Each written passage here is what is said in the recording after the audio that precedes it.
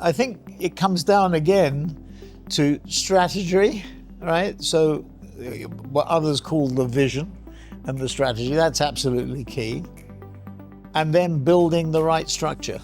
But that includes obviously the right organization, the right people, the right resources.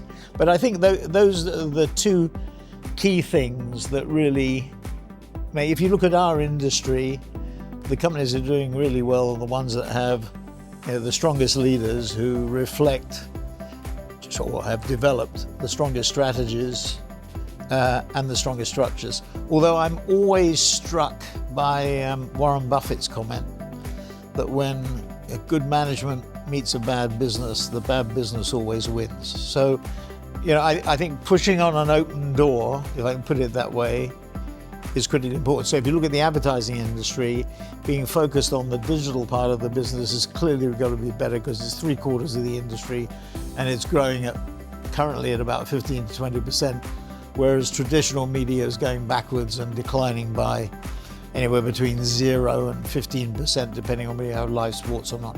So I think what defines the leader is the strategy, which incorporates pushing on the open door, and then the structure that he or she puts into place.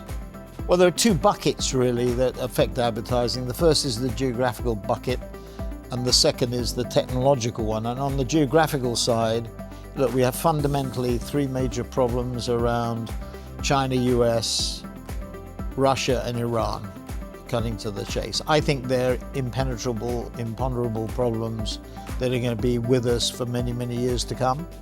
So geographically, you have to pick. It comes back to the Buffett, pushing on an open door point. You have to pick those geographies that are going to grow. Okay, so which ones are they? US, North America, South America. I'm a great believer in that content for technological continent, for technological and creative people. Africa. The problem with Africa is it's very siloed and it's very fragmented, and there's a record number of conflicts still there in the continent. But so pushing Africa to one side for a minute, I think you have to take a micro approach rather than a macro approach, and Asia. With a caveat around China, my view is that Xi will not invade Taiwan. Certainly not until we fix the chip supply problem, because that's existential for the West.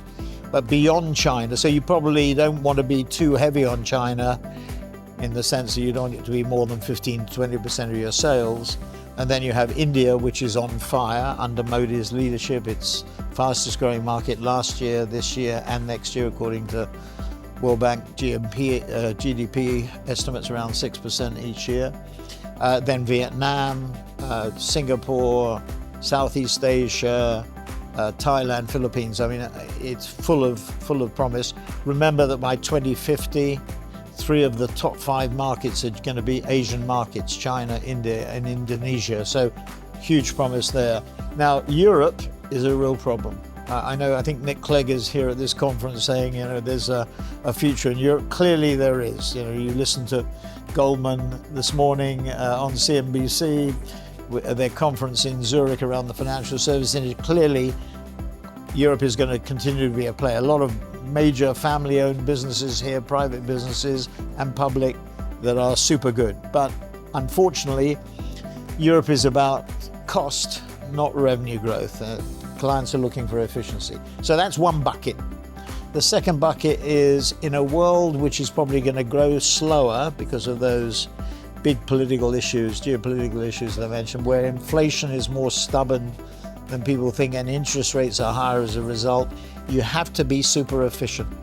So technology in the form of blockchain, even the metaverse, much maligned metaverse, in the form of AI, in the form of quantum, which is coming down the pike, all those technologies are super important. So to sum up, you have to pick your geographies, because it is going to be a more fragmented world. It is a more fragmented world. And in a world that is going to be slower growth, I think, than we've been used to, with higher interest rates and higher inflation and higher interest rates, you have to implement technology for efficiency.